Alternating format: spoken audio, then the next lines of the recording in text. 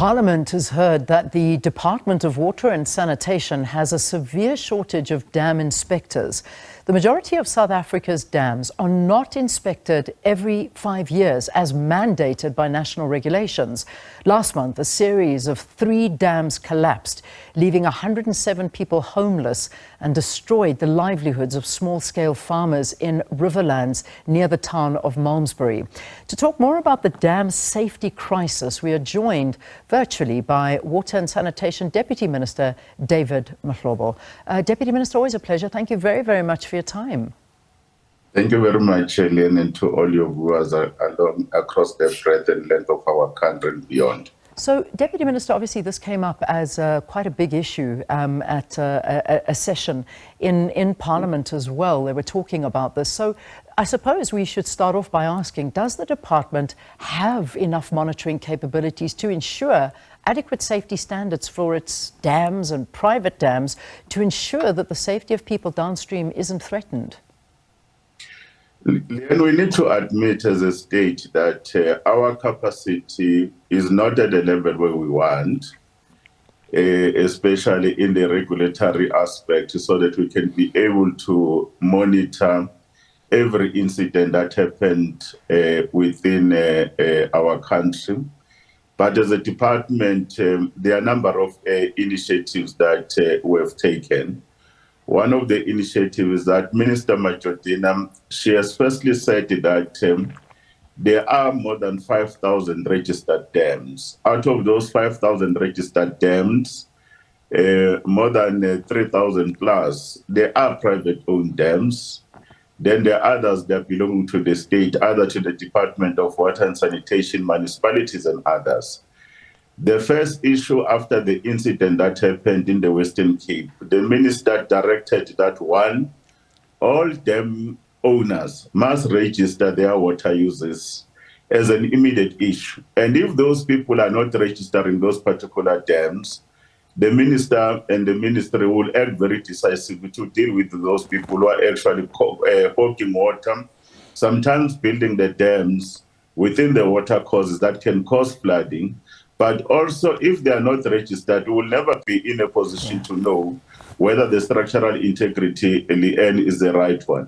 The second point, the minister were part of an association internationally of dam safety. In terms of that, we are having some young people that are being mentored, some of young engineers that are actually approved professional persons, because those are the only people that could be in a position to do that. But at the very same time, we're building the capacity to actually go in terms of getting professional services providers so that we can be able to monitor, which is the regulatory compliance by government. But all dam owners, Leanne, they have a responsibility by law to do their own safety inspections, keep the records that are there. You remember the issue of Fontaine in the Free State, where even tailing dams in the past, they were not classified as a mining activity, but they were storing some water that is there from the mining dams. Those are some of the gaps that we're actually dealing with. But in certain instances where there are illegal dams, like in Limpopo, our own limited inspectors, we've been able to destroy those particular dams, because if there are actually people using water illegal and they are not destroyed, they can cause devastating effect, like it happened in Free State and the Western Cape. Yeah, and that's a very big worry, because if we go back to a press briefing that the minister did have at the time, it was as bad as that these dams didn't even have names. I mean, they were operating and they had to call them Dam 1, 2 and 3, starting from the downstream dam. They didn't have adequate spillways. Initial information suggested that the Dam 3 filled beyond safety levels. They had high toppings, all of these kind of things.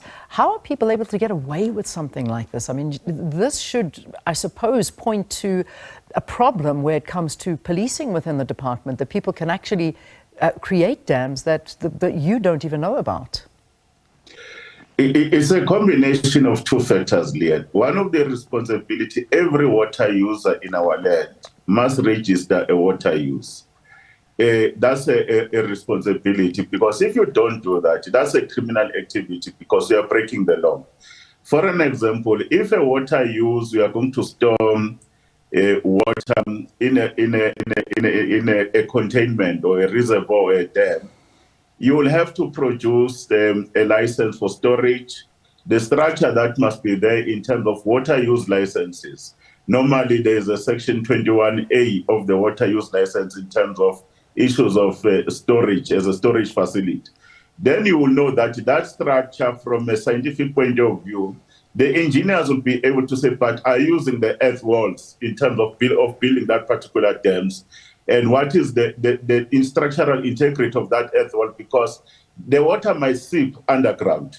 And if we would actually create a dam that doesn't have a spillway, if it fills up at a particular point, how will you release that particular water? At the very same time, you can't do a damming of water without actually creating an outlet, because even the people that are staying downstream, you still have to release water for reserve. Yeah. Either ways for the biodiversity, the hawkers, including for other people who are staying below that.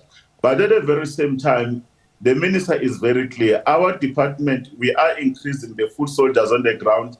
It's a specific high-level skill to be actually getting into a level of being a civil engineer, ultimately being registered as an approved professional person, to be able to sign off that in terms of your organization, these dams are on a good space. But in terms of inspections, we do have some inspectors, we can have more. But at the era where we are right now, Leanne, we must also use technologies, eyes in the skies, in terms of artificial intelligence, because you can be able using mapping and Google mapping to see that there is a dam that is there. In some instances, if we don't use those technologies, there are certain municipalities that have run out of water in Mpumalanga on the basis that the water is not flowing. When the water is not flowing, if the inspectors they are on the ground, they will be able to follow the water course upstream, and then they will discover that someone is engaged in an illegal activity. Therefore, our strong view is that people must heed the call by the minister that between this period, let them all register for their water users, let them be in a position to apply for these water uses. Indeed. And failure to do so will open up the cases working with the National Prosecuting Authority and the police, but at the very same time, will never hesitate to go in and destroy those particular illegal dams, because they pose a safety risk. They certainly do, and we're seeing the repercussions of that. So let's get back to the department. I mean, is the department aware of the safety conditions of what we know of 474 dams, and is it able to recommend interventions or conduct dam safety compliance monitoring inspections to monitor compliance with these recommendations? Because, you know, from what we're gathering is that even though these illegal dams are a major problem, even the legal dams are not being inspected. We have our own dams as a ministry. Minister Majudina, she's a custodian of water resources in our country. As we speak, Leanne, there is a major water infrastructure traversing the length and breadth of Lesotho to Free State to Gauteng. That Lesotho tunnel that is there in terms of from the water that we take them is worth billions of rands. One of the things that Minister has actually directed from the 1st of October, we are going on a scheduled maintenance. It's the right thing to do, because if we don't do that, imagine the failure of that particular tunnel that brings there. That's why most of our decision is to say, let's do operation and maintenance, scheduled maintenance, so that at least the structure must be at a level that its integrity can be guaranteed. There are no water losses in a number of our systems. We're working with agriculture. You go to the livelihoods, there is a biggest canal about more than 100 kilometers that actually travels between the Northern Cape and the Northwest. Those are some of the major issues that our ministry is saying. But we're saying all dam owners, take responsibility, do ordinary maintenance, invest in the infrastructure so that you can sweat the asset. And then at the very same time, compile reports to the Ministry of Water and Sanitation as part of the requirements in terms of your water use license. But as a department, we'll continue to do random audits. Where there are structural integrity issues, we then will be in a position to act decisively. So Deputy Minister, I mean, I think we can agree, and we spoke about this right up front. There's a severe shortage of approved professional people to inspect dams. Why? What is the problem? Why do we have the skills shortage? And I suppose, when did you recognize as a department that you're facing a shortage of professional people to do this work? Well, one of the mistakes that have happened over time was not to plan for natural attrition, because some of the engineers that were there in the past, we know that they were part of a generation called Fanny Spotter's babies. Those were the Minister of Irrigation at the time. They have retired. And at the very same time, when many other people came into the system, this career of actually getting into a level, after we have got your qualification, we have actually gone through the Engineering Council of South Africa to become a specialist, because to be an approved professional person is a specialist function. And many of the people actually have no interest of taking that function because it never seemed to be a cool function. But for water security, it's not only for issues of dam safety, but for water security, that we are able to be building more dams, and some of the dams are about 50 years, the others are more than 100 years. From time to time, we must have the capacity to be in a position to monitor those particular dams. But there are still few in some of the engineering consultants that we've hired as a department to be able to assist us so that we can be able to do more inspection on the basis of the risk profile, because there are dams that are too big that you cannot allow them to fail. On the age analysis of those particular dams, looking at the issues around evaporation rate to say how much water are they losing and how the system is integrated. That's what DG Sean Phillips is doing with the instruction of the minister to build this capacity that as a country we've lost. But we'll also work with universities and engineering bodies to ensure that people can look at this particular stream as one of the important aspects around water security and water safety in our country.